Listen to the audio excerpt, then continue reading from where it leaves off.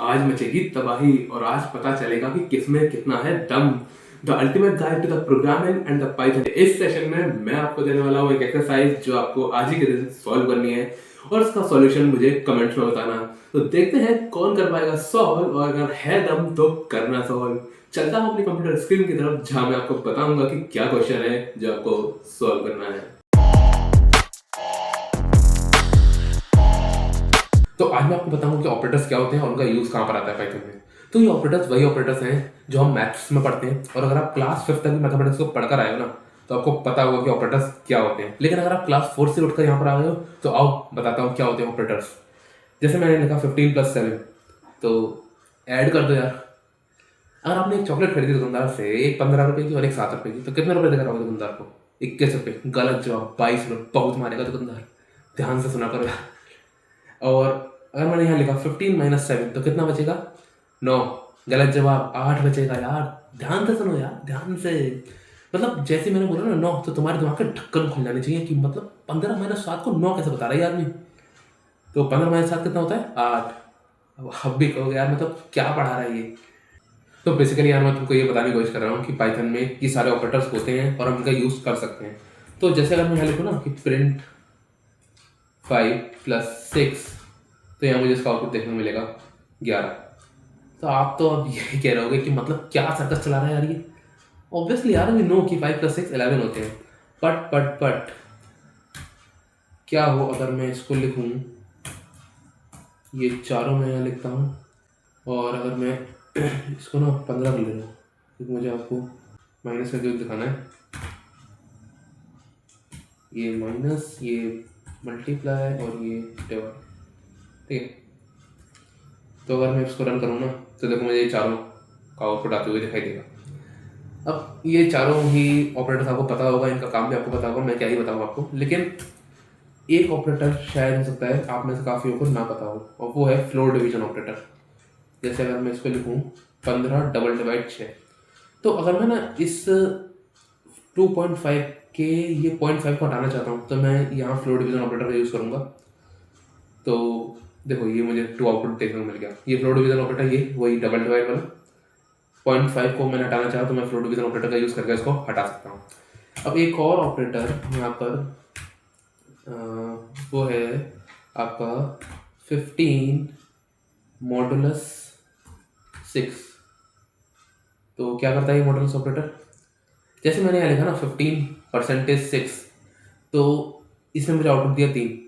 इसका मतलब ये है कि अगर मैं 15 को 6 से भाग करूँगा तो मुझे क्या रिमाइंडर मिलेगा। इसको अगर थोड़ा सा और मैं सिंपल करके समझाना चाहूँ ना तो मैं यहाँ लिख देता हूँ 5%3। तो इसका बेसिकली यही मतलब है कि अगर मैं 5 को 3 से भाग करूँगा तो मुझे रिमाइंडर देखने को मिलेगा 2। तो क्या करता है ये मॉडुलस? केवल रिमाइंडर देता है, ठीक है।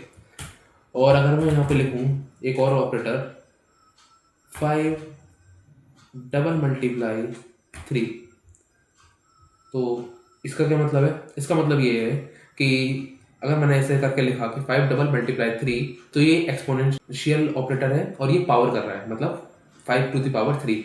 5 × 5 ये मुझे आउटपुट देगा यहाँ पर 125। अगर मैं लिखूँ 2 डबल मल्टीप्लाई 4, तो 2 × 2 × 2 × 2 क्या आउटपुट आएगा? 16। करके देख लेना यार, इसको 16 ही आएगा आउटपुट, ठीक है। तो ये सारे आपको रन करके देख लेना। तो फिलहाल के तो मैं अपने नोट्स पर आ जाता हूँ। यहाँ देखो मैंने एक एक्सरसाइज दे रखी है, सिंपल कैलकुलेटर, और यही आज का टॉपिक है बेसिकली कि मैं आपको बताऊँ कि क्या ये एक्सरसाइज है। तो आपको करना क्या है, एक सिंपल कैलकुलेटर बनाना है। और आपको कैलकुलेटर क्या करना चाहिए?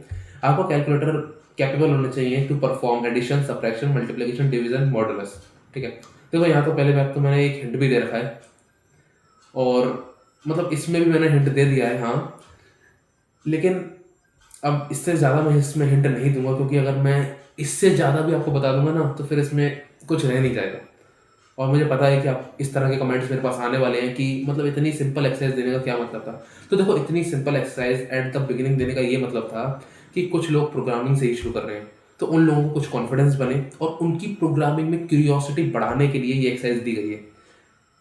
तो वैसे तो ये सारी एक्सरसाइज आपसे सॉल्व हो जाएगी, लेकिन अगर स्टिल कोई एक आध फंसता है ना तो ये मिनी प्रैक्टिस मैंने दे रखी है, आप इसको रन करके देखना।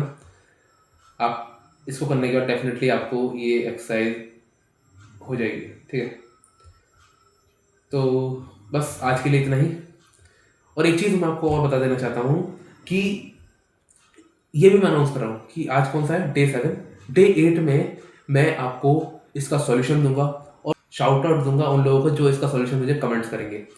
तो आप करो यार, ट्राई मारो, होगा ज़रूर होगा आपसे ये, और मुझे कमेंट्स करना, मैं आपको शाउट आउट दूंगा, ठीक है। और जल्दी जल्दी करना, लेकिन जल्दी के चक्कर में गलत मत कर देना यार।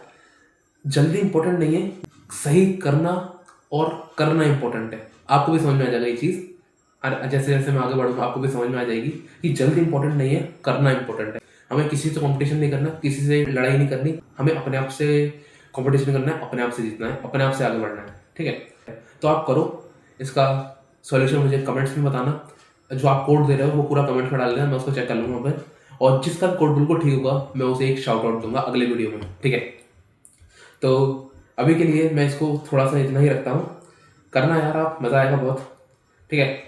और अगर अभी तक आपने प्लेलिस्ट को बुकमार्क करके सेव नहीं करा है तो यहाँ पर क्लिक करके इसको बुकमार्क करके सेव कर लो, जैसे मैंने कर रखा है।